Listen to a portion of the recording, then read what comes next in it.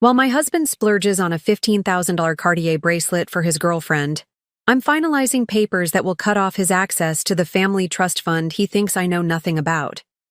As he plans their romantic getaway to the Maldives using our savings, I'm orchestrating the biggest wake-up call of his privileged life.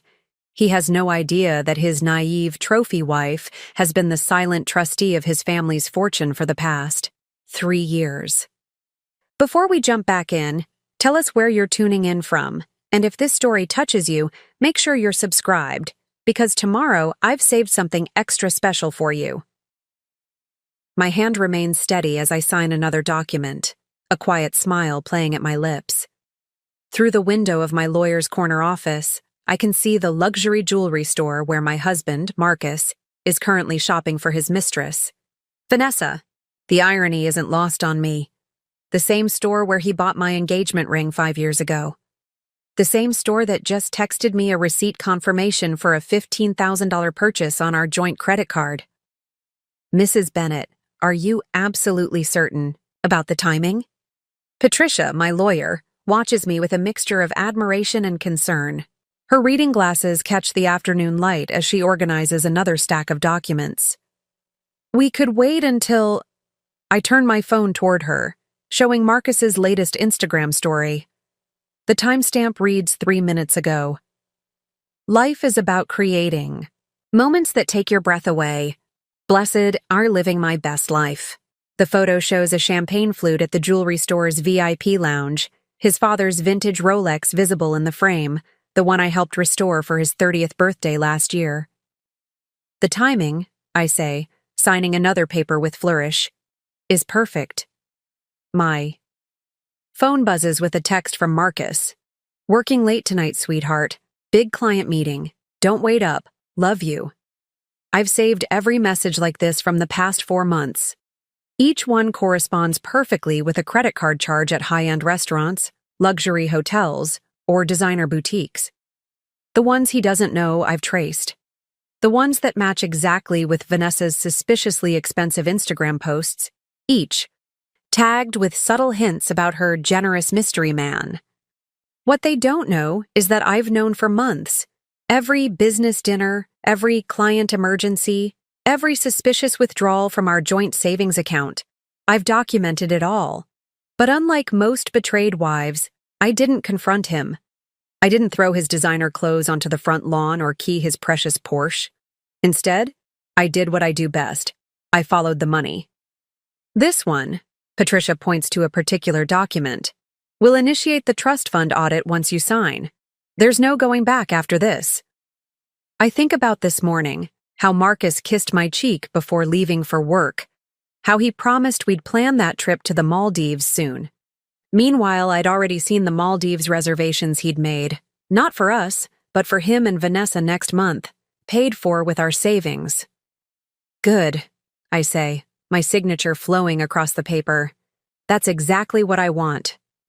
My phone lights up with another notification, an Instagram story from Vanessa showing off a distinctive Cartier box, captioned, "When he knows exactly what you deserve."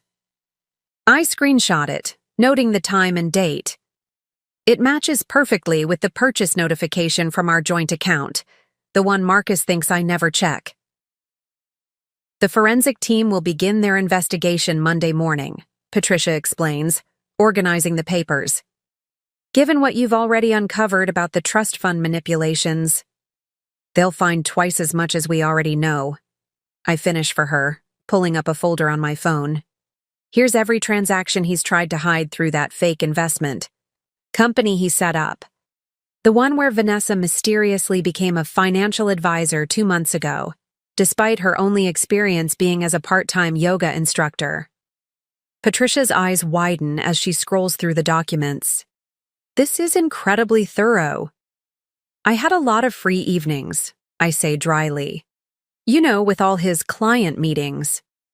As if on cue, my phone buzzes with a group chat notification. Our friends planning a weekend barbecue. Marcus responds immediately. Sorry everyone, have to skip. Flying to Chicago for business. I have to suppress a laugh. I know about that business trip too. I've seen the hotel reservation in the Maldives. First-class tickets for 2 charged to our joint credit card. Last one, Patricia says, sliding the final paper across the desk. This initiates the full trust fund investigation. Once you sign this, I don't hesitate. My signature flows across the paper, years of anger and betrayal channeled into each curve and line. Another notification pops up. Marcus going live on Instagram from what's supposed to be his client meeting, the jewelry store's distinctive decor visible in the background. Let them celebrate, I say, standing up and smoothing my dress, the one Marcus bought me last month out of guilt. By Monday morning, they'll have a very different story to share. Patricia gathers the papers, her expression both impressed and slightly unnerved. You know, in 12 years of handling trust fund disputes, I've never seen anyone quite as prepared. Strategic, I suggest, picking up my bag, or maybe just tired of being underestimated. As I walk out of the office, my phone buzzes one last time. Marcus sending his nightly check-in. Miss you, beautiful. Can't wait to come home to you. I smile, typing back. Sleep well, darling. Monday's going to be interesting. He'll think it's just another loving message from his unsuspecting wife. But then again, he always did underestimate me. That's about to become his most expensive mistake. Little does he know, while he's been playing his games, I've been playing a much longer one. 3 years ago, when his father had a health scare, I was the one who helped reorganize the family's estate planning. Marcus was too busy with his networking events to attend the meetings. He never bothered to read the updated trust documents, the ones that made me, his trophy wife, the primary trustee of the Bennett family fortune. Monday morning can't come soon enough. The morning after signing those initial papers, I dress with meticulous care. Hermes silk blouse, tailored Brunello Cucinelli suit, and the Van Cleef & Arpels necklace Marcus's mother gave me last Christmas. The mirror reflects exactly what Marcus expects to see: his perfectly polished wife, the former art history major he loves to introduce as his beautiful but financially clueless partner at family gatherings. If he only knew I spent 3 years managing acquisitions at Goldman Sachs before we met. Good morning, darling. I call out as he stumbles into our marble kitchen, clearly hungover from last night's client meeting. The coffee machine hums quietly, filling our $4 million Upper East Side apartment with the aroma of his favorite Brazilian roast. I made your breakfast. He kisses my cheek, reeking of expensive cologne and guilt. The same cologne I noticed on Vanessa's latest Instagram post from their accidental run-in at Bergdorf's yesterday. You're too good to me, babe. If only you knew, I think, sliding his coffee across our Calicotta marble counter. The same counter where I'd sat until 3 a.m. last night, on a secure video call with Sebastian, my old colleague from Goldman. Sebastian, who now heads their private wealth management division. Sebastian, who nearly spat out his whiskey when I showed him what I'd found in Marcus's private trust fund transactions. Another early meeting? I ask innocently, watching him. Check his phone. His lock screen is still our vacation photo from Positano last summer, but I know his background is Vanessa. I've seen it reflected in his car window when he texts her during our dinner dates. Yeah, the Richardson portfolio. Is killing me? He runs a hand through his perfectly styled hair, distracted. The Richardson portfolio that doesn't exist. I've already confirmed the Richardsons moved their wealth management to Morgan Stanley 6 months ago. Don't work too hard, I say, squeezing his shoulder. He doesn't notice me taking a photo of his phone screen in the reflection of our Viking Range's chrome surface, capturing Vanessa's message about their lunch plans at the new Jean-Georges restaurant. After he leaves, I transform our home office into my command center. The framed photos of our wedding at the plaza disappear into drawers, replaced by printouts of bank statements, trust fund documents, and property records. My friend Rachel, a trust fund attorney I've known since our Princeton days, sits cross-legged on my custom restoration hardware carpet surrounded by papers. Jesus Christ, she mutters, holding up a document. Did he really think he could hide these trust fund withdrawals behind a shell company registered in the Cayman Islands? Preparing and narrating this story took us a lot of time, so if you are enjoying it, subscribe to our channel. It means a lot to us. Now back to the story. I laugh, but there's no humor in it. He registered it under his childhood. Golden Retriever's name. The one that died 10 years ago. Rachel shakes her head, adding the paper to our growing evidence pile. Men like him always think they're the smartest person in the room. That's because they never bother looking around, I reply, pulling up another document on my laptop. Look at this. Every time he meets Vanessa, he files it as a trust fund management expense. 5-star hotels with a woman who's supposedly advising him on legacy wealth planning, despite not knowing the difference between a bond and a bank account. My phone buzzes. A group text from our friend Elizabeth about her upcoming charity gala at the Metropolitan Museum. Marcus responds immediately with another excuse. Vanessa, I notice, has already marked herself unavailable on the event's planning committee list. They're getting careless, I observe, adding another screenshot to my collection. Confident. Have you talked to Judge Morrison yet? Rachel asks, referring to our friend who oversees trust fund disputes in the Southern District. I nod, pulling up an encrypted email chain. She's ready. The moment we file on Monday, she'll randomly schedule an emergency hearing about suspicious trust fund activities. The same hearing that will reveal Vanessa's company has been receiving trust fund payments for consulting since before she even met Marcus. My phone lights up with Marcus's face, his daily check-in call. I answer with practiced cheerfulness, listening to him lie about his lunch meeting while I stare at their restaurant reservation confirmation in my email. The same email account he set up for me, thinking I'd only use it for online shopping. Miss you too, honey, I say, watching Rachel roll her eyes. Don't forget we have dinner with your parents tonight. He pauses, and I can practically hear him, texting Vanessa to reschedule. Of course, babe. Wouldn't miss it. After hanging up, I turn to Rachel. He'll cancel in about 3 hours. Emergency trust fund meeting. How can you be so sure? I pull up Vanessa's Instagram story from this morning, a cryptic post about a special sunset surprise at the new rooftop bar at the Mandarin Oriental. Because I know their routine better than they do, the rest of the day unfolds like a carefully choreographed ballet. I attend my regular board meetings at the Arts Foundations where I serve as a trustee, make appearances at my usual lunch spots, even get my nails done at the salon where Marcus's sister goes. Everything normal, everything routine. No one would suspect that in my Bottega Veneta briefcase, I'm carrying documents that will dismantle a decade of Marcus's careful deceptions. Right on schedule at 4:47 p.m., Marcus texts, Baby, I'm so sorry. Might have to rain-check dinner with my parents. Emergency meeting with the trust fund advisors. I respond with just the right amount of disappointment and understanding, watching through my phone's banking alerts as he makes a dinner reservation. At Marea, his and Vanessa's favorite spot for their business strategy sessions. The trust fund advisors haven't scheduled any meetings. I would know. I'm the one who approves their calendar. Look what just came in, Rachel says, holding up her phone. Vanessa's posted a photo of champagne glasses at sunset, the Mandarin. Oriental's distinctive Central Park view unmistakable in the background. Perfect, I say, adding the screenshot to our collection. That receipt will match beautifully with the emergency business dinner he's about to charge to the trust fund account.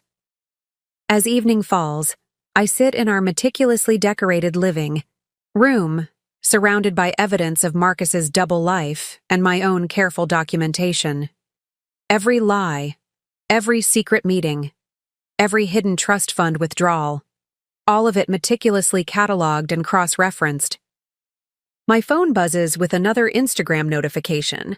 Vanessa wearing a new Versace dress that costs more than her supposed monthly consulting fee, captioned with a single diamond emoji.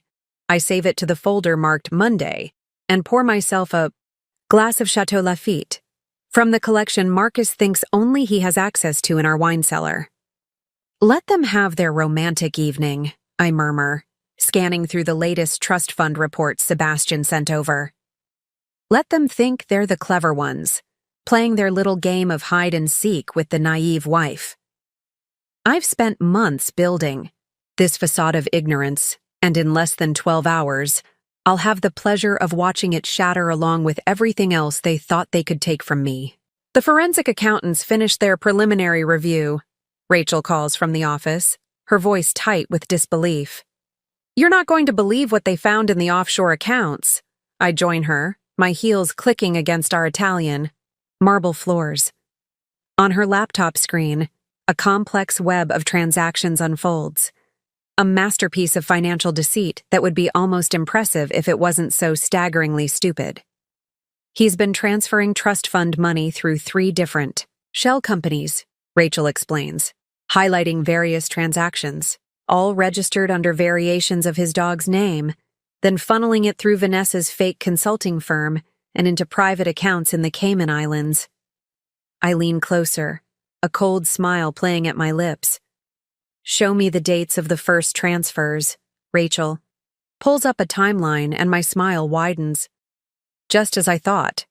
He started moving money the day after his father made me trustee. He never even bothered to check who had final approval power. My phone chimes with a message from Marcus's mother. Darling, are you and Marcus still coming for dinner? I've had Cook prepare his favorite soufflé. Poor Diana Bennett, still believing her son is the same responsible young man who followed his father's footsteps into wealth management. Wait until she discovers how her precious boy has been treating her family's 7-generation fortune. What? About the trust fund bylaws? Rachel asks, pulling up another document. The ones about moral conduct and financial responsibility? Article 7, Section 3, I quote from memory. Any trustee or beneficiary found to be engaging in actions that endanger or diminish the family's financial legacy can be immediately suspended from access pending full investigation. Rachel's eyes gleam. And with Vanessa's social media trail? Every post, every photo, every location check-in, I confirm, pulling up a carefully curated folder on my laptop. All matching perfectly with trust fund withdrawals and consulting payments. They've documented their own misconduct better than we ever could. My phone lights up with another check-in from Marcus. Just wrapped the emergency meeting, baby. Might be a late one, so much paperwork to review. I text back. Don't work too hard, darling. Make sure you eat something. Through the window, I can see the lights of the Mandarin Oriental, knowing they're up there right now, celebrating what they think is their perfect deception. Marcus, probably congratulating himself on how skillfully he's managed to hide his withdrawals from the trust fund. Vanessa, no doubt already planning how to spend more of the Bennett family money. Patricia just confirmed, Rachel says, checking her phone. Judge Morrison has cleared her morning calendar. The moment we file, she'll expedite the hearing. I nod, walking to our floor-to-ceiling windows. The New York skyline sparkles back at me, a constellation of lights that seems to mirror the intricate web of evidence we've woven. Lauren? Rachel's voice turned serious. Are you absolutely sure about the timing? We could wait until after his birthday party next week. His whole family will be there. I turn back to her, thinking of the invitation I'd helped Diana design. The lavish celebration planned at the plaza, where Marcus intends to announce his new role as primary manager of the family's investments. The same party where he and Vanessa plan to accidentally meet, beginning their public story with a meet-cute his mother would approve of. The timing, I say, picking up another stack of documents, is exactly right. Let him stand in front of his entire family, ready to make his big announcement. Let him feel that moment of triumph. Rachel raises an eyebrow. Right before Judge Morrison's bailiff serves him with the trust fund suspension papers? Poetic, isn't it? My phone buzzes again, a text from Vanessa to our charity committee group. So sorry to miss tomorrow's meeting, everyone. Last-minute client emergency. The same meeting where we're supposed to discuss the annual Bennett Family Foundation Gala. I add the screenshot to our evidence file. then pull up the trust fund's latest statement. The numbers that Marcus thinks only he understands glow on the screen. If he'd ever bothered to really look, he'd have noticed that every transaction, every transfer, every withdrawal has required dual authentication for the past 3 years. One code from him, one from the trustee, me. I've watched every dollar he's tried to hide, every account he's attempted to obscure, every lie he's built his house of cards upon, all while playing the role he assigned me, the beautiful, naive wife who couldn't possibly understand the complexities of wealth management. His father's office just confirmed. Rachel checks another message. Board meeting scheduled for 9 a.m. Monday. Marcus is supposed to present the new family investment strategy. I smile, remembering the fabricated reports he's been working on, the fake projections he's created to hide his mismanagement of the trust. Perfect. That gives Judge Morrison's team plenty of time to arrive by 9:30. My phone lights up one final time for the night. Marcus, sending a photo of paperwork scattered across his office desk. Actually, the Mandarin Oriental's distinctive stationery visible in the corner. Still grinding, baby. Don't wait up.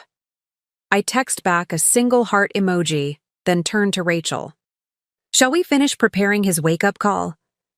For the next few hours, we meticulously review every document, every piece of evidence, every single detail of what's about to unfold.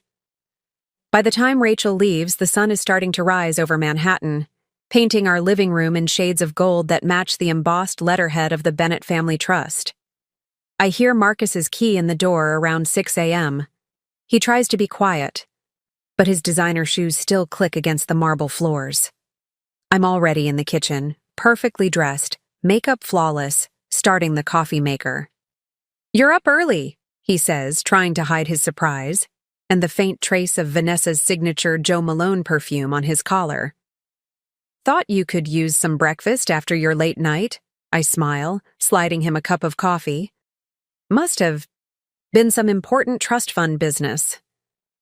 You know how it is, he waves vaguely, not meeting my eyes. Sometimes these things can't wait. Oh, darling, I think, watching him check his phone under the table, no doubt messaging Vanessa about their close call. You have no idea how right you are. Just a few more hours until Monday morning, when they learn exactly what happens when you mistake silence for ignorance and underestimate the woman you thought you'd fooled. Monday morning dawns clear and crisp, the kind of autumn New York day that usually has tourists flooding Central Park.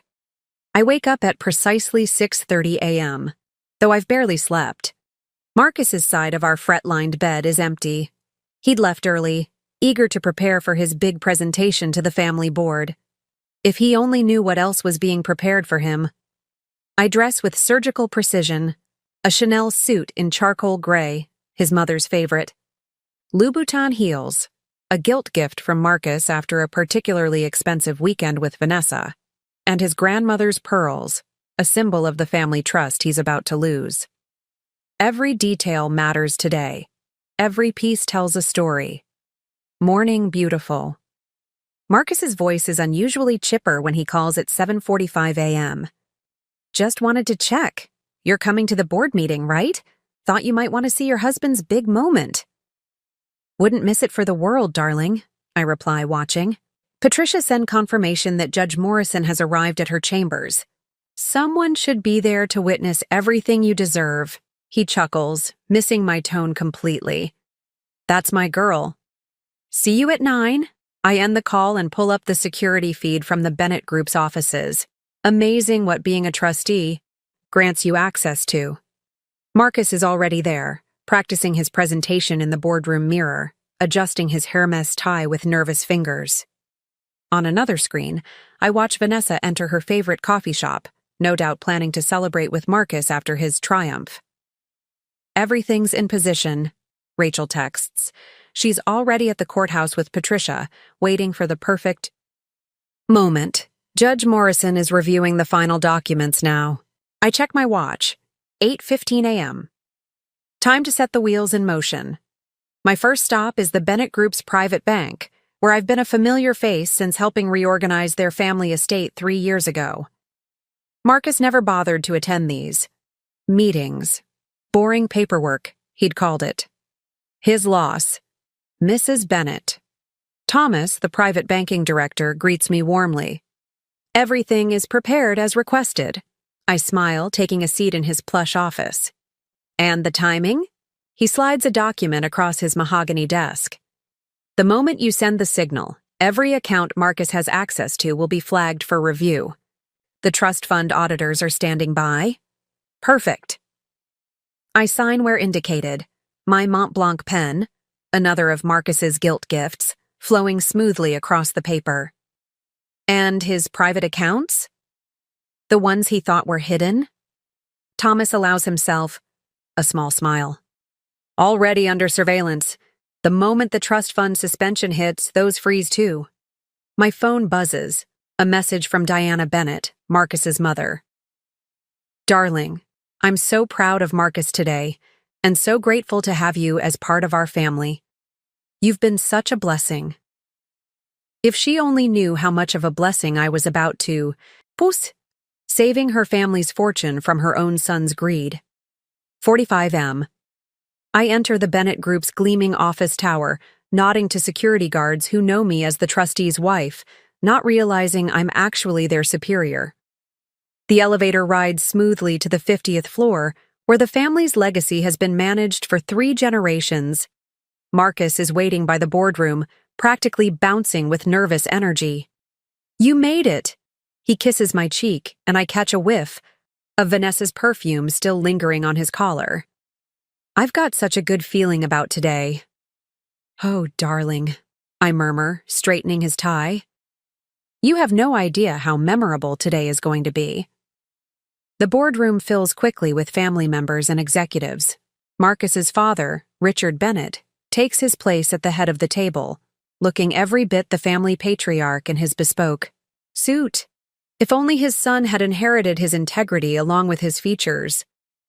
Before we begin, Richard announces, I want to thank everyone for being here for this momentous occasion. As you know, we're here to discuss the future of the Bennett Family Trust, and my son Marcus has prepared a comprehensive presentation on our new investment strategy. Marcus stands, straightening his papers with practiced confidence. His PowerPoint presentation glows on the screen behind him, slides full of fake projections and manipulated numbers that took him weeks to fabricate. Good morning, everyone, he begins, flashing his 1,000-watt smile. Today marks a new chapter in the Bennett legacy.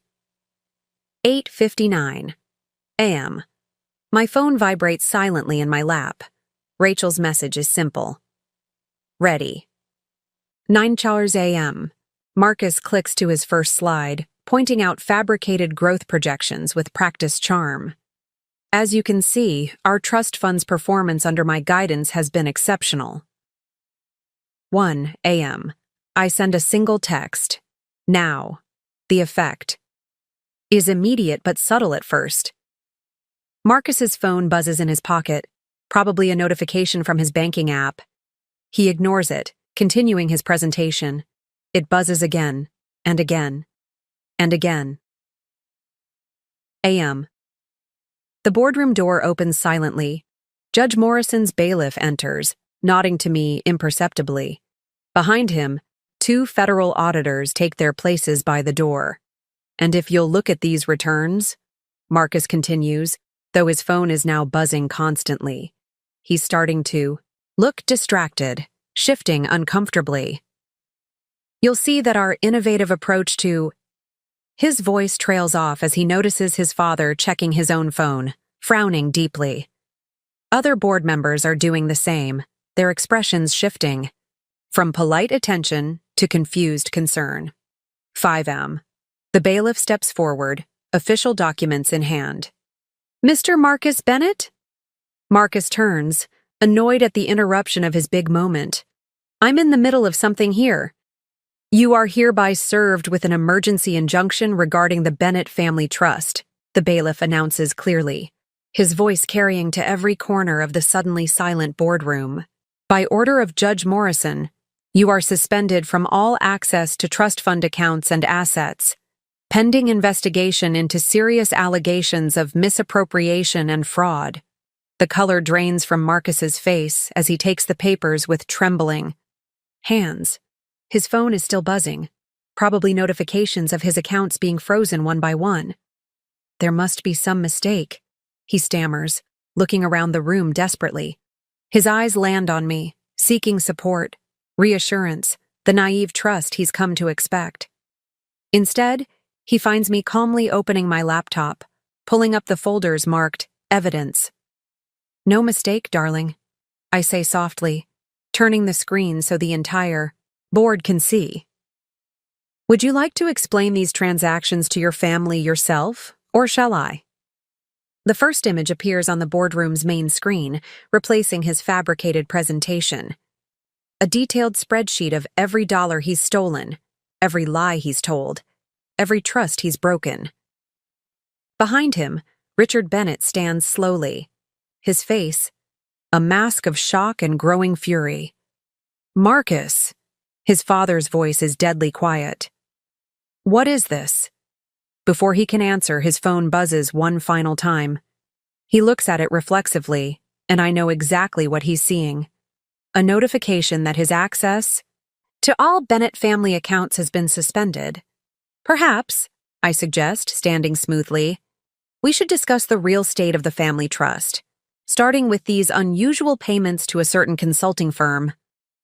Marcus slumps into his chair as I take control of the presentation remote.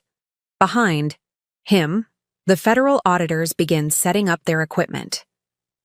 Through the boardroom's glass walls, I can see Patricia and Rachel arriving with boxes of additional evidence.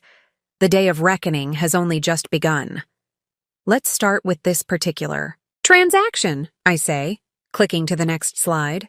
The boardroom screen fills with a detailed breakdown of a $250,000 transfer from the trust fund to Vanessa's consulting firm. Made on March 15th, exactly one day after Vanessa's company was registered. Interesting timing, wouldn't you say? Marcus's hands grip the armrests of his chair, knuckles white. Behind him, Richard Bennett has switched from shock to cold fury, his jaw clenched as he watches his son's deceptions laid bare. Of course, I continue, clicking through to the next slide. That was just the beginning. Shall we discuss the offshore accounts registered under your childhood pet's name? Or perhaps the series of business development charges at the Mandarin Oriental that coincidentally match perfectly with these Instagram posts? The screen fills with a carefully curated collection. Vanessa's social media posts side by side with trust fund expenditures, times and dates perfectly aligned. Each champagne toast, each surprise gift, each luxury weekend mathematically matched with a suspicious withdrawal. This is ridiculous, Marcus finally manages, his voice cracking. These are legitimate business expenses. Dad, I can explain. Explain what exactly? I interrupt smoothly, pulling up another document. How you started embezzling from the trust fund the day after your father made me trustee. Or should we discuss how you've been using family money to fund your affair? While planning to divorce me? A gasp ripples through the boardroom. Diana Bennett, Marcus's mother, presses a hand to her chest, her face pale beneath her perfect makeup. Divorce? She whispers. Marcus, what is she talking about? Oh, you didn't know? I turn to my mother-in-law with practiced sympathy. Marcus and his financial consultant have quite the future planned, booked with trust fund money, of course. Would you like to see the Maldives reservations? The engagement ring receipt? Or perhaps the draft divorce papers his lawyer drew up last week? Marcus lunges for his phone, probably to warn Vanessa, but it's already too late. Through the boardroom's glass walls, we can see her being escorted into the building by federal agents, her designer handbag clutched to her chest like a shield. Perfect timing, I murmur, checking my watch. The FBI does run quite punctually. The FBI? Marcus's voice rises an octave. What are you? Did you really think? I cut in, my voice carrying clearly across the stunned boardroom. That you could embezzle millions from a family trust fund without consequences? That no one would notice your creative accounting? Your Father made me trustee for a reason, darling. And unlike you, I actually read the financial reports. The federal auditors have set up their equipment now, efficiently downloading data from the company servers. Patricia stands at the ready with another stack of documents, the complete forensic accounting of every dollar Marcus has stolen. Mrs. Bennett, one of the auditors calls out, "We've confirmed the initial findings. The pattern of misappropriation is consistent with your report."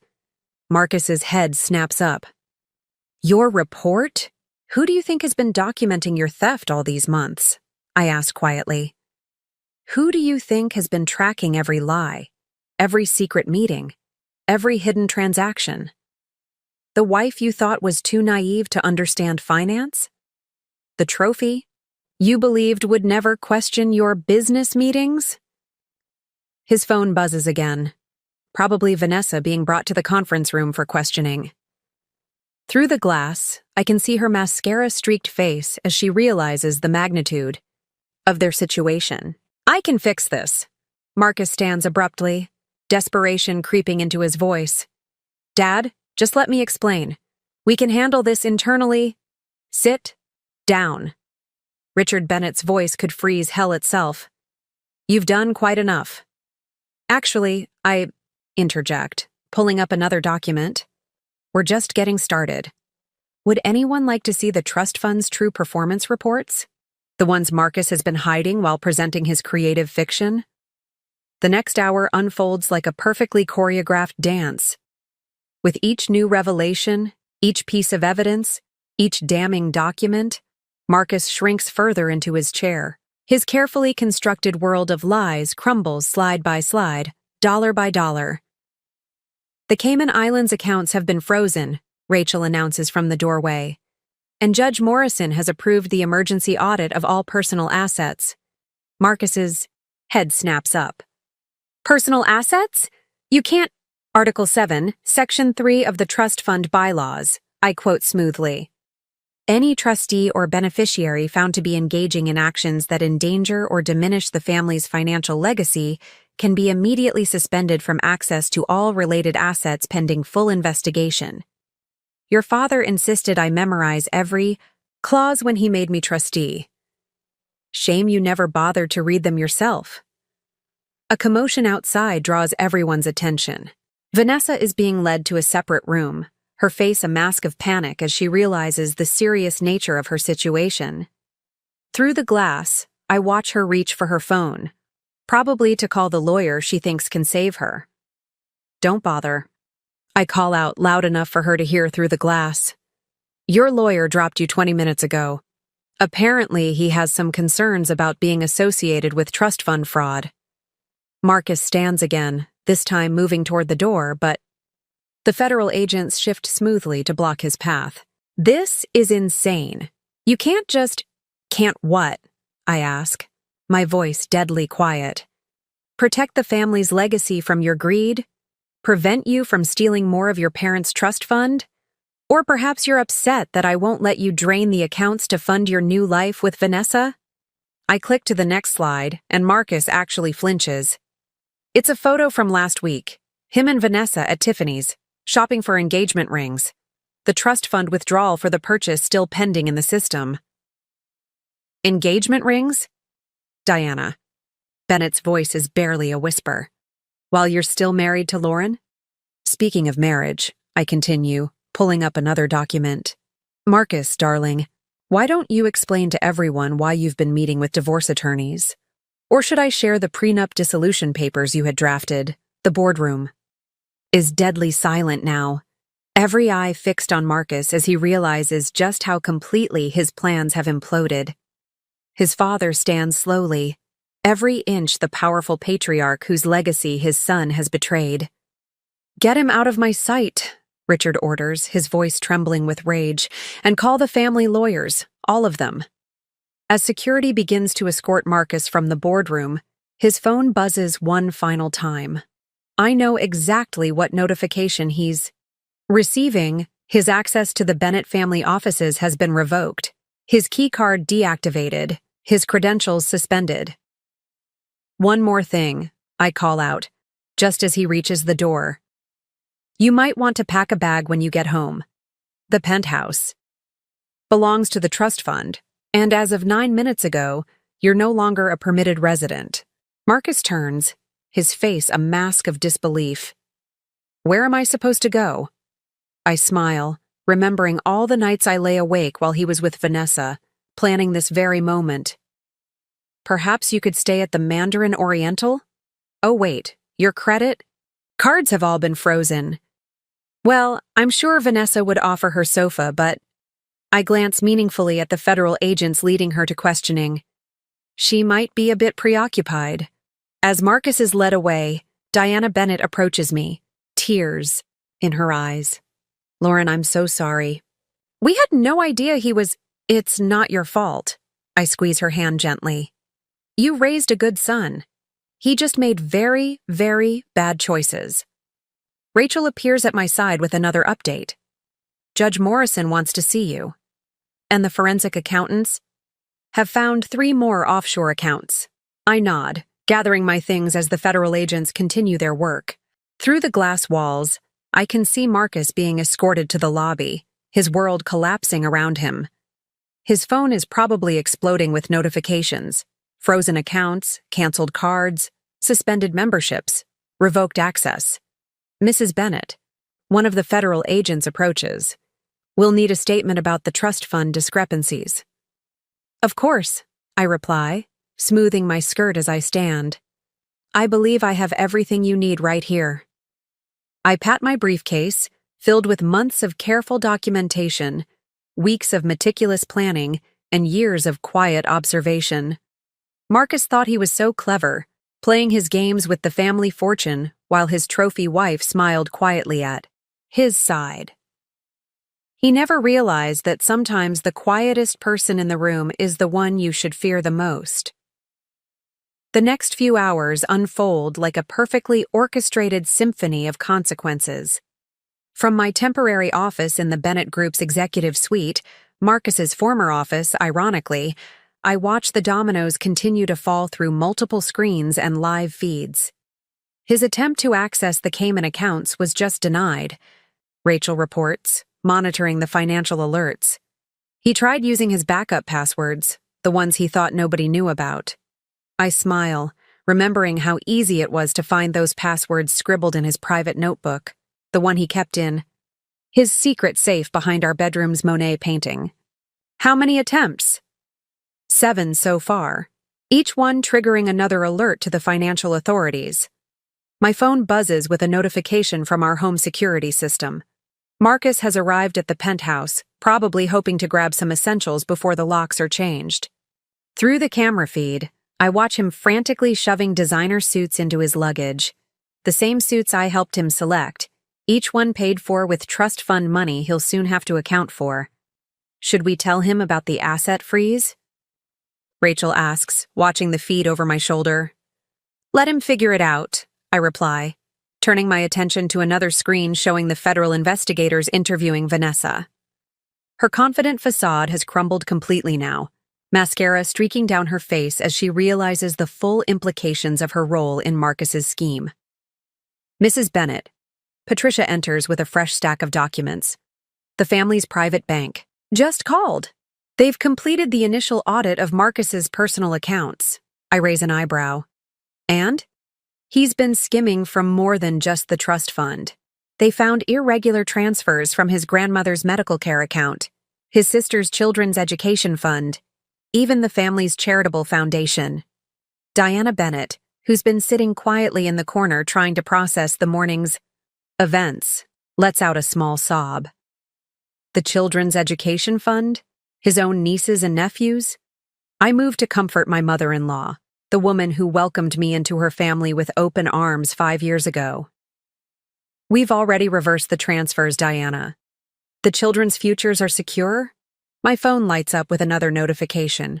Marcus trying to check into the Four Seasons using his black card. I can almost see the color drain from his face as the card is declined.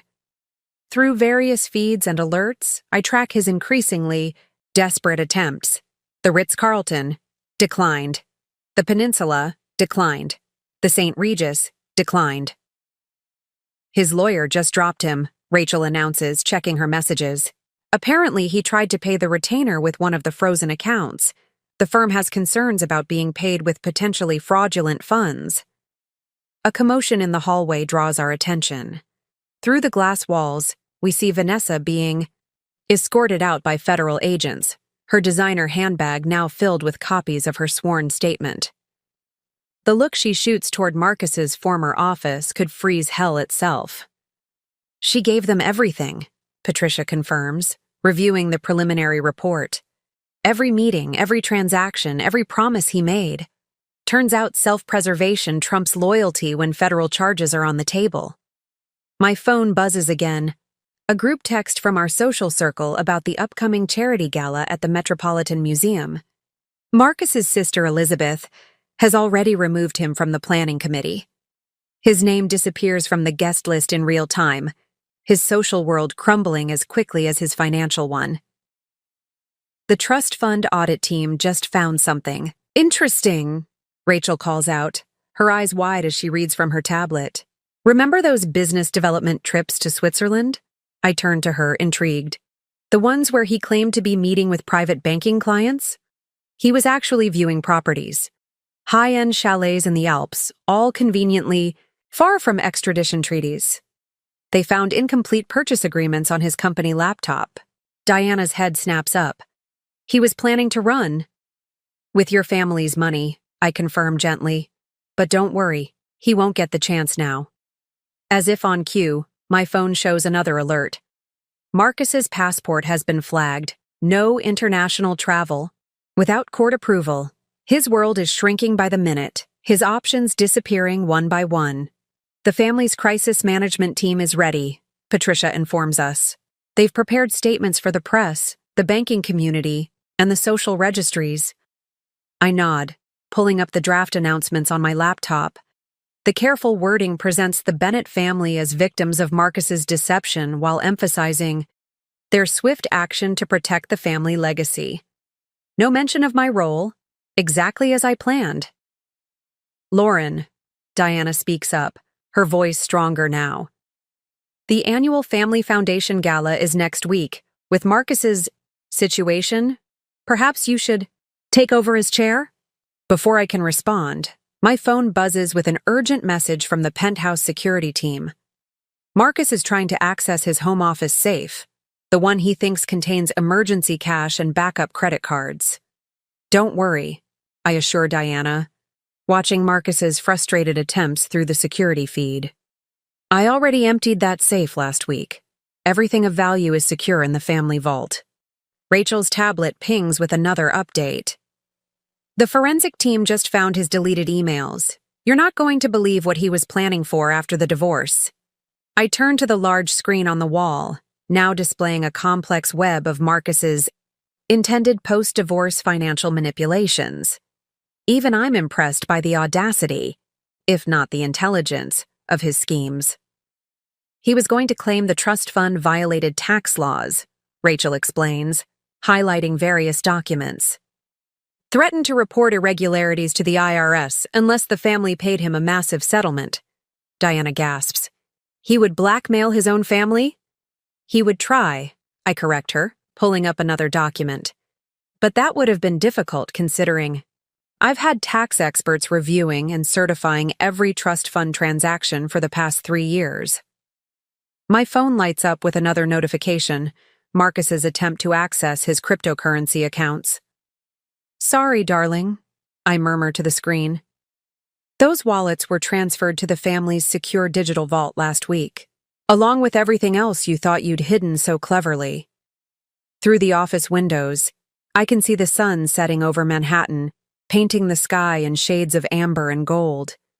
In the reflection, I catch glimpses of federal agents still combing through files, forensic accountants tracking down every missing dollar, and family lawyers protecting generations of Bennett wealth from one man's greed. Mrs. Bennett, a senior federal investigator, approaches. We've found evidence of potentially criminal transactions dating back 5 years. We'll need your statement about when you first noticed irregularities. I retrieve a carefully prepared timeline from my briefcase. I believe you'll find everything documented here. Every transaction, every unauthorized transfer, every attempt to circumvent trust fund protocols. As the investigators continue their work, I receive one final notification for the day. Marcus, having been denied access to every luxury hotel in Manhattan, has checked into a modest airport motel, paid for with borrowed cash, since his accounts remain frozen. Should we tell him about tomorrow?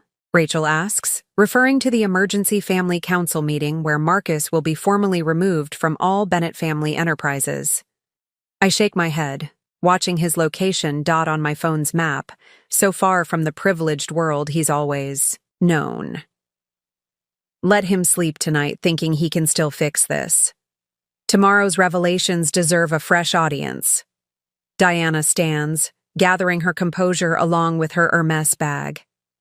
Lauren, we can never thank you enough for protecting the family's legacy, for stopping him before he destroyed everything your family spent generations building.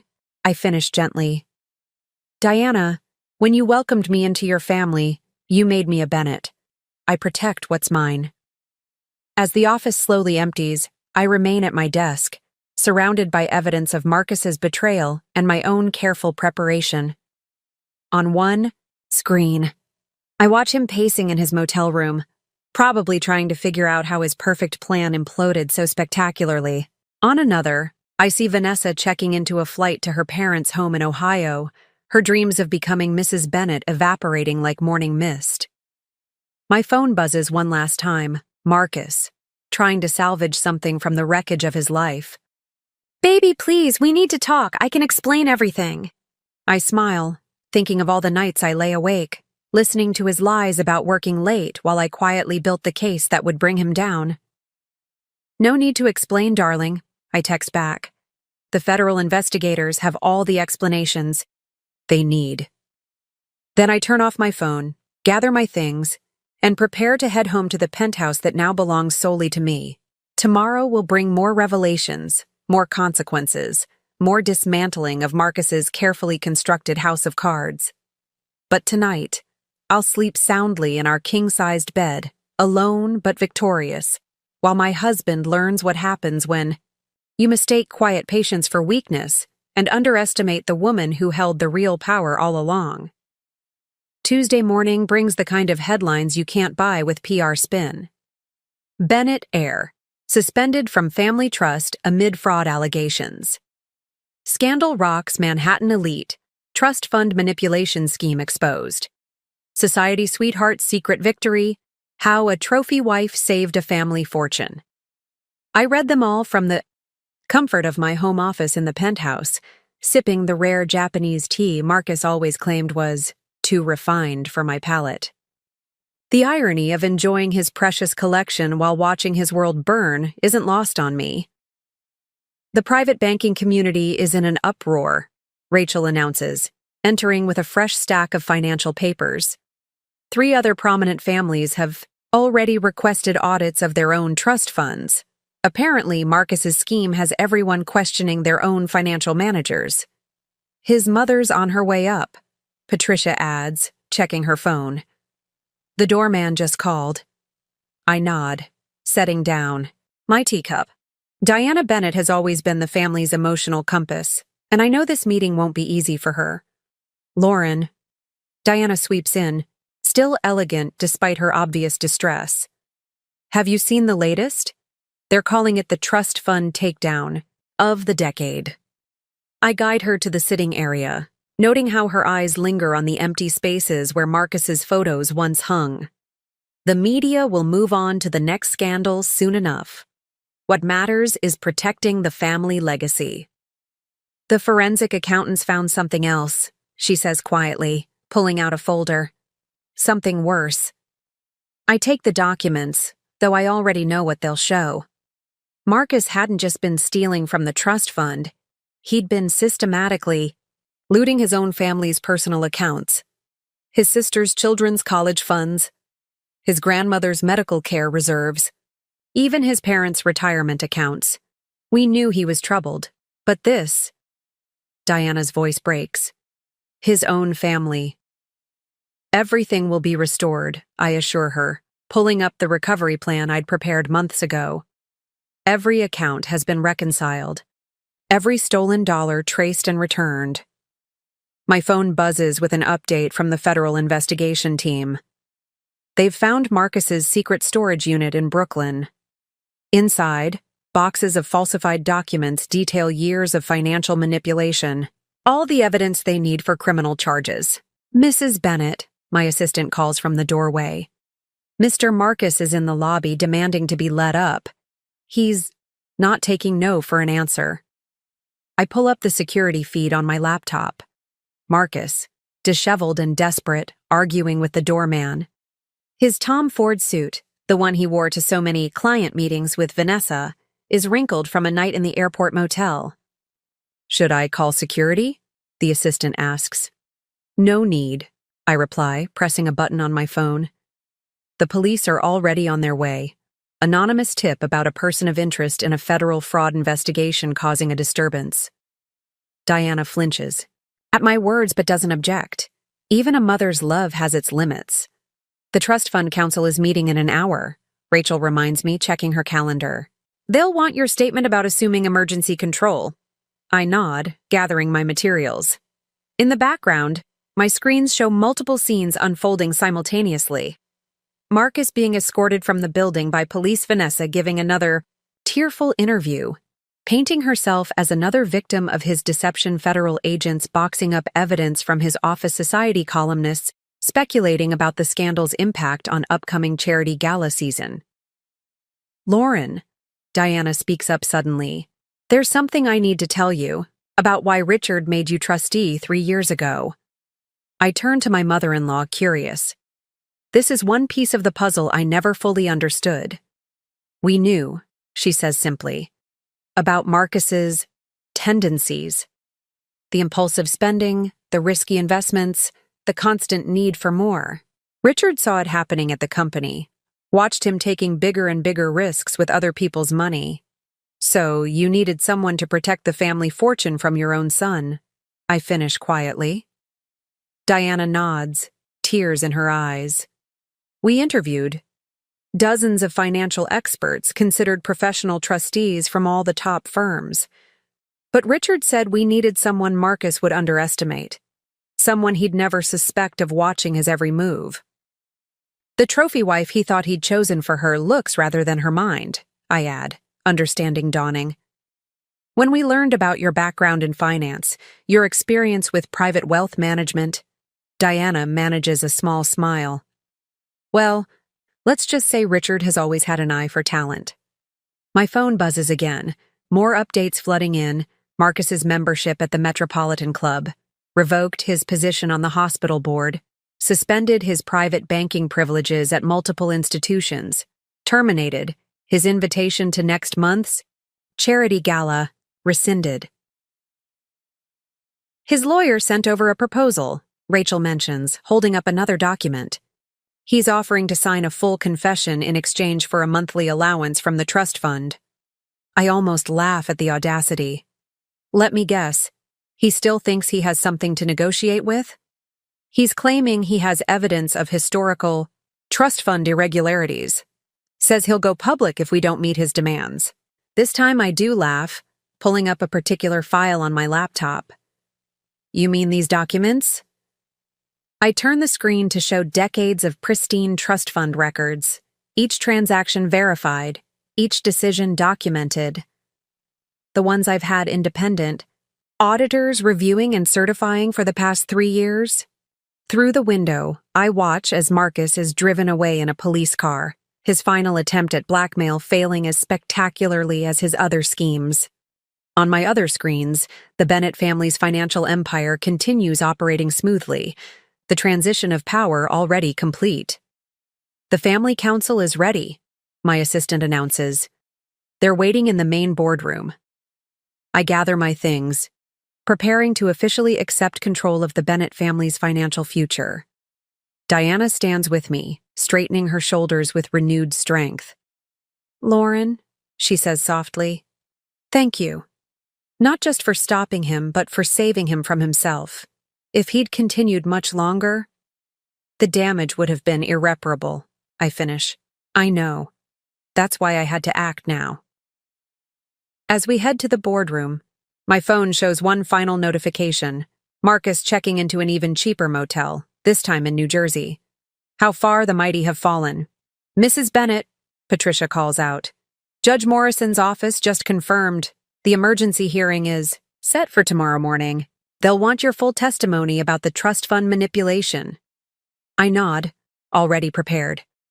My evidence is organized, my statement drafted, my strategy in place.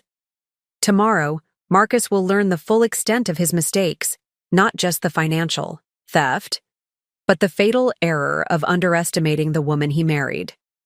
One last thing, Rachel adds. The family's PR team wants to know how to handle the press. They're calling you everything from financial avenger to trust fund guardian. Tell them no comments, I reply, stepping into the elevator. The numbers speak for themselves. As we ascend to the boardroom, I think about the day Marcus first brought me home to meet his family. How he introduced me as his beautiful art history graduate, emphasizing my looks while dismissing my mind. How he never bothered to read the trust fund documents, never questioned why his father chose his new daughter-in-law as trustee. His last text message still sits unanswered on my phone. Please, baby. Just tell me what you want. I'll do anything. Too late, Marcus. Too late by exactly 5 years, 2 months, and 17 days. The time it took me to document every lie, trace every theft, and prepare for this moment of perfect justice. The boardroom doors open, revealing the assembled Bennett family council. Time to show them exactly why Richard chose me to protect their legacy, and why Marcus's biggest mistake wasn't stealing from the trust fund, but underestimating the woman who controlled it all along. 1 month later, the dust has finally begun to settle. I sit in my new office, the corner suite that once belonged to Marcus's father, reviewing the latest trust fund performance reports. The Manhattan skyline stretches out before me, a glittering testament to generations of Bennett, family success that I helped preserve.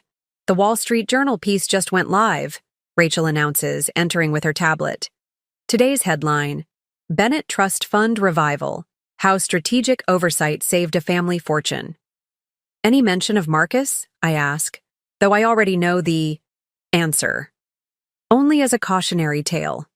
They're calling it the ultimate case study in trust fund governance. Your quotes about financial responsibility are featured prominently. I smile, remembering the interview I'd given last week. I'd been careful to focus on the importance of proper oversight rather than personal drama. The Bennetts, after all, still had a reputation to maintain. My phone lights up with a notification from the federal prosecutor's office. Marcus's plea deal has been finalized.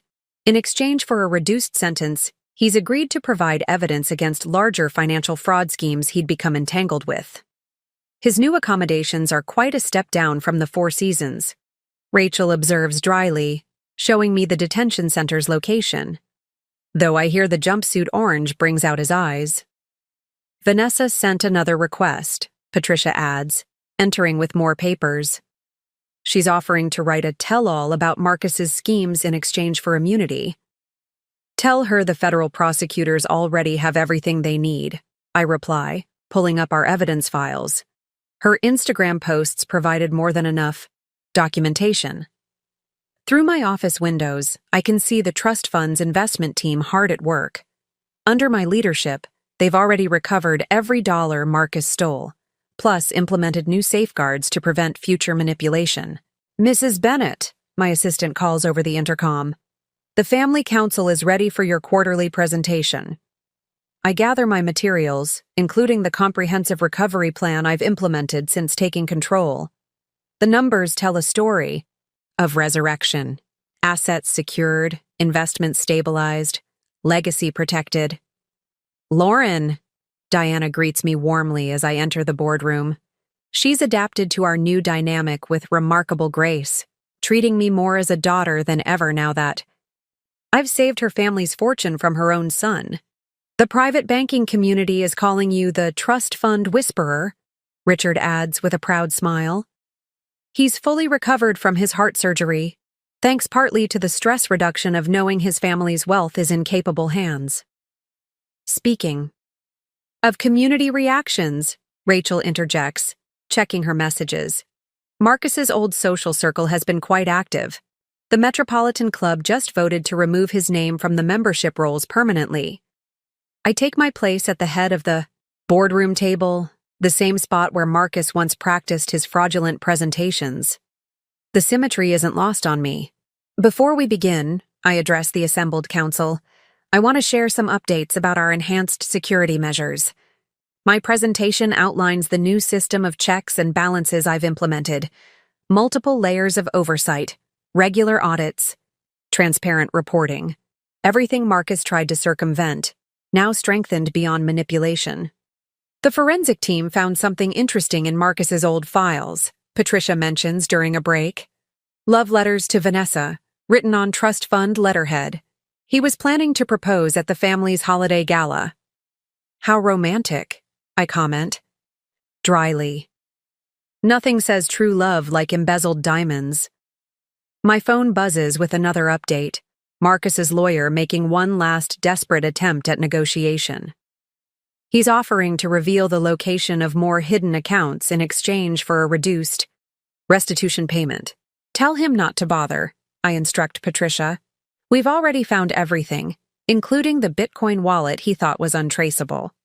The afternoon brings a steady stream of developments. Marcus's remaining club memberships, canceled, his social media accounts, suspended his personal credit rating, destroyed his reputation in financial circles, irreparable.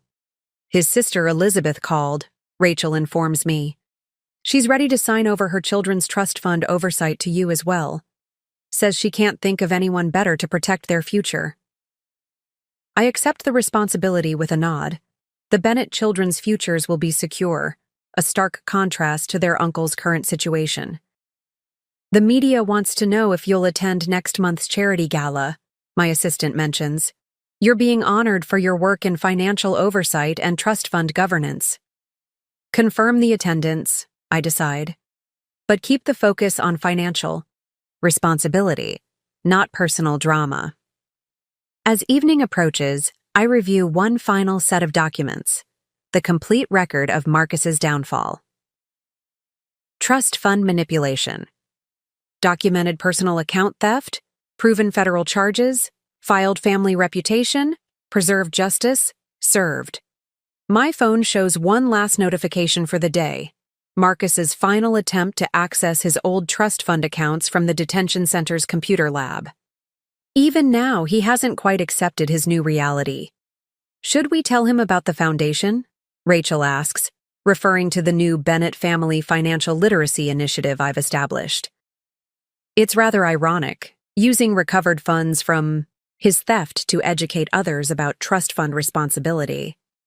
Let him read about it in the Financial Times, I reply, closing my laptop. I hear they deliver to federal detention centers. Diana appears in my doorway, her eyes bright with unshed tears. Lauren, we just got Marcus's letter. He's finally apologizing, says he understands now what he lost. Too late, I observe quietly. By exactly 5 years, 3 months, and 22 days. We stand together at my office window, watching the sun set over Manhattan. Somewhere in a federal detention facility, Marcus sits in a cell, probably wondering how his perfect life unraveled so completely. Somewhere in Ohio, Vanessa works at her parents' yoga studio, her dreams of society life shattered like the trust she helped betray. And here I stand, in the office that once represented everything Marcus thought he deserved, protecting the legacy he tried to steal.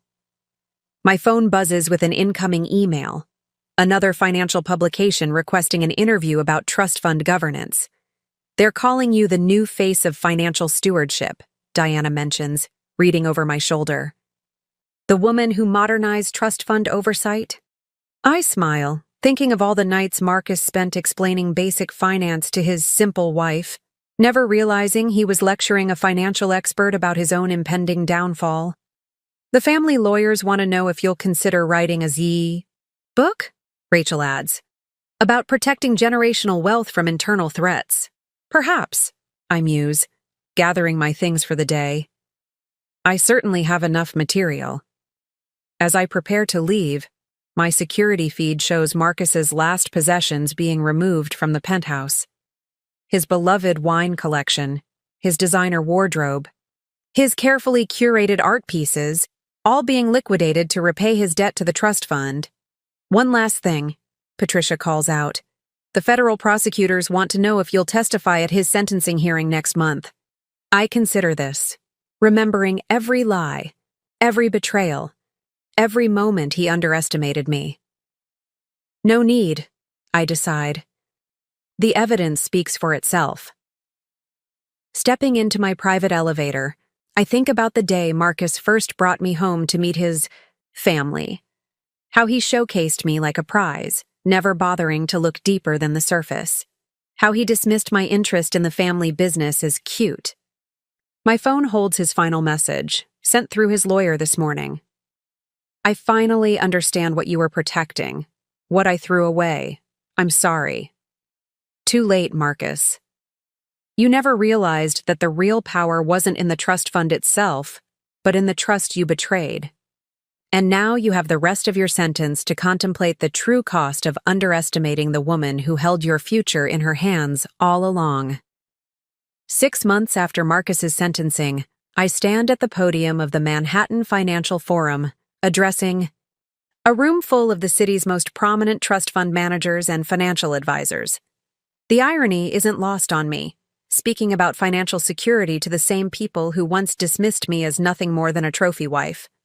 The greatest threat to generational wealth, I tell them, my voice carrying clearly through the grand ballroom of the plaza, isn't external. It's the complacency that comes from believing your position is untouchable. The audience hangs on every word. After all, the Bennett Trust Fund case has become required reading at top business schools. Mrs. Bennett, one of the senior partners from Goldman Sachs, approaches after my speech. Your insights on trust fund? Governance are revolutionary. Would you consider joining our board of advisors? I smile, remembering how Marcus used to explain basic investment concepts to me at parties like this. I'll have my office send over my credentials. Rachel appears at my elbow with updates from the morning's developments. 3 more family offices, requesting our oversight protocols. 2 interview requests from financial publications, 1 desperate letter from Marcus, still trying to explain himself from federal detention. The Bennett Family Financial Literacy Foundation launch is trending, she adds, showing me her tablet. They're calling it a paradigm shift in trust fund management. My phone buzzes with a message from Diana Bennett. The family's annual holiday gala is approaching, and for the first time in generations, it will celebrate not just wealth, but wisdom. The prosecutors sent over Marcus's latest statement. Patricia joins us, tablet in hand. He's finally admitted to everything, even the schemes we hadn't uncovered yet. I take the tablet, scanning his confession. The depth of his betrayal still manages to surprise me. Hidden accounts in Dubai, shell companies in Luxembourg, plans to drain the family foundation. His cellmate says he spends his days reading financial journals, Rachel mentions. Apparently, he's finally learning about proper wealth management. Better late than never. A notification pops up on my phone. Vanessa has resurfaced, this time teaching mindful money management at her parents' yoga studio in Ohio. Her Instagram bio now reads, "Surviving Toxic Wealth, My Journey to Authenticity." At least someone learned something. The Trust Fund Council meeting is in an hour, my assistant reminds me. They're voting on the new governance structure you proposed. I gather my materials, including the comprehensive reform package I've spent months developing. The Bennett family fortune won't just survive this crisis. It will emerge stronger, setting new standards for trust fund management. Lauren!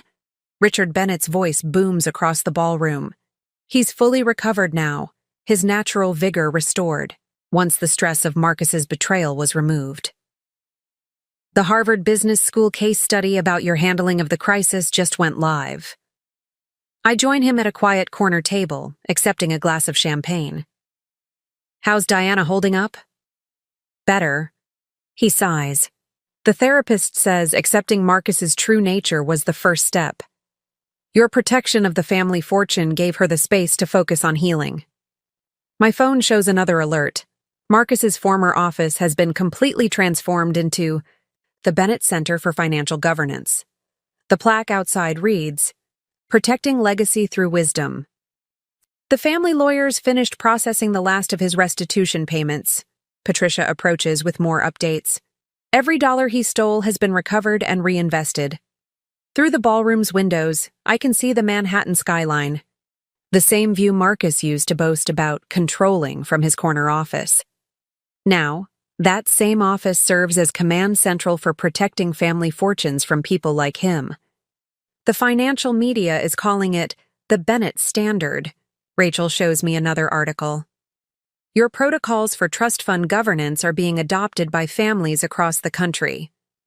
I think about the day Marcus first showed me his family's offices, how he patronizingly explained the concept of trust funds while I mentally cataloged every weakness in their security system. Your next appointment is here, my assistant announces. The Rothschild family's representatives want to discuss implementing your oversight systems. As I prepare for the meeting, my security feed shows one last image of Marcus's former life being dismantled, his prized art collection being auctioned to repay his debt to the trust. The same collection he used to lecture me about, never. Realizing I'd majored in both art history and finance. Judge Morrison called, Patricia adds. She's recommending your case as required reading for financial court judges. Says it's the most comprehensive trust fund protection strategy she's ever seen. My phone buzzes with a notification from the Federal Detention Center. Marcus has requested permission to enroll in online financial management courses.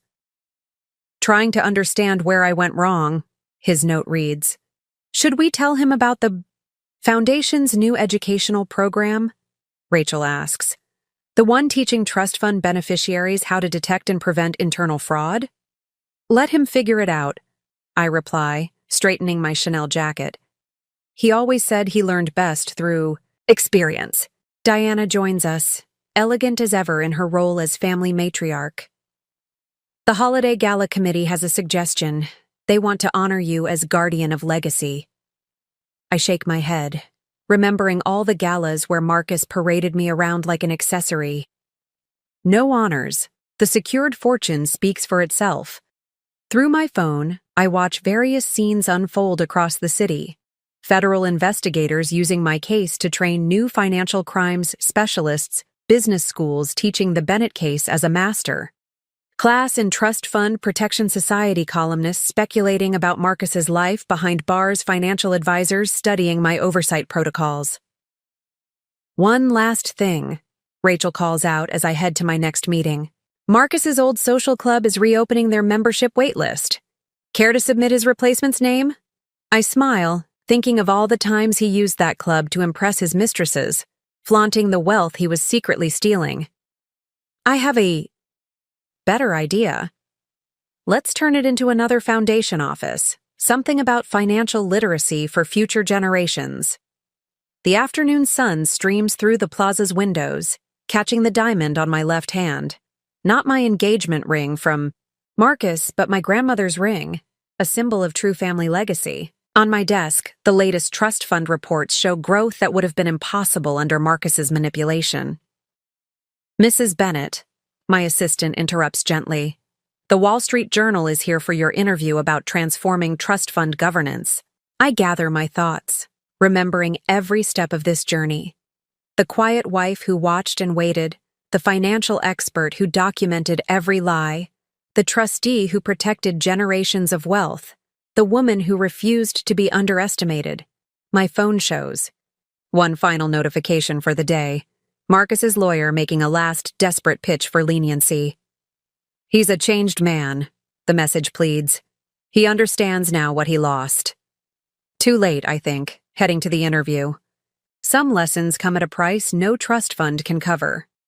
As I take my seat across from the journalist, I catch my reflection in the window. No longer the trophy wife Marcus thought he married, but the guardian of legacy he never knew he needed. The reporter's first question makes me smile. "Mrs. Bennett, how does it feel to have revolutionized trust fund protection?" "It feels," I reply, thinking of Marcus in his cell, finally learning the true meaning of trust. "Exactly like justice." 1 year to the day after Marcus's downfall, I stand in my office at Bennett Tower, watching the sun rise over Manhattan. The view is different from up here, both literally and figuratively. The past year has transformed not just the Bennett fortune, but the entire landscape of trust fund management. My phone lights up with the morning's first notification. Forbes magazine has just released their annual Power Players issue. The cover story: "The Woman Who Changed Trust Fund Management Forever, Lauren Bennett's Revolution." The Times piece just went live too, Rachel announces, entering with her signature stack of updates. "They're calling you the silent guardian of generational wealth." I scan the headline, amused by the irony. A year ago, these same publications barely noticed me. Just another pretty wife in Manhattan's social circus. Now, they're studying my methods in business schools. Marcus's latest letter arrived, Patricia adds quietly, placing a thin envelope on my desk. Unlike his early desperate pleas, this one is different. A simple, handwritten confession of every mistake, every betrayal, every moment of hubris that led to his downfall. "He's finally completed the financial literacy program in prison," Rachel mentions, checking her tablet. "Graduated top of his class, ironically enough. Says he finally understands what he was supposed to be protecting." Through my office windows, I can see the bustling financial district, the same streets where Marcus once strutted like a prince, never realizing he was walking toward his own destruction. Now those same streets are home to a new era of financial governance, shaped by the lessons of his fall. "The Bennett Family Foundation's annual report is ready for review," my assistant announces. The new financial literacy programs have reached over 10,000 trust fund beneficiaries this year. I take the report, pleased to see the impact of our work.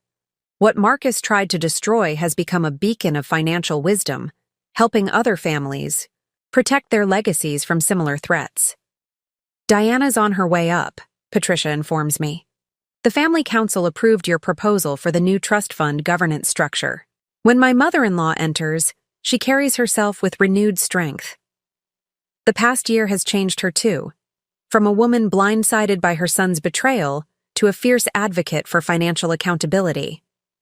"Lauren," she begins, emotion thick in her voice, "the family wants you to know what you've built from this tragedy. It's beyond anything we could have imagined." My phone buzzes with updates that underscore her words.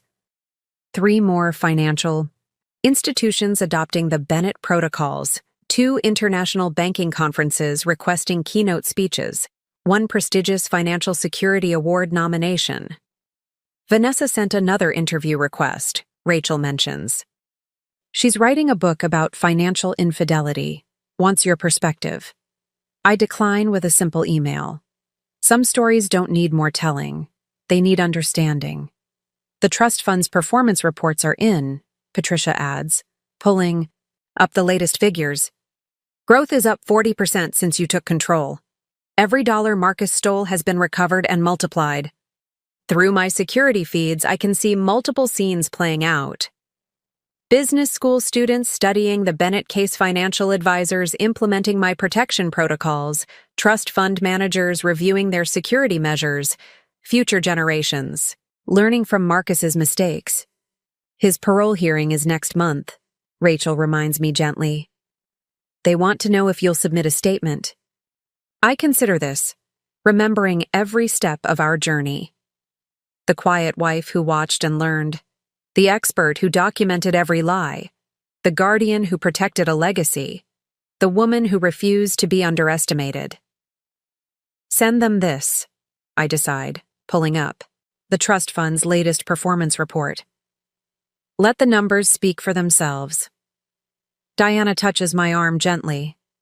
He asks about you, in his letters. Says he finally understands what he had. Not just the money, but the trust. Some lessons, I reply, watching a new class of financial advisors enter the Bennett Center for Financial Governance below. Come too late to change the past, but early enough to protect the future. My phone shows one final update. Marcus's old office has been completely transformed into a state-of-the-art financial security center.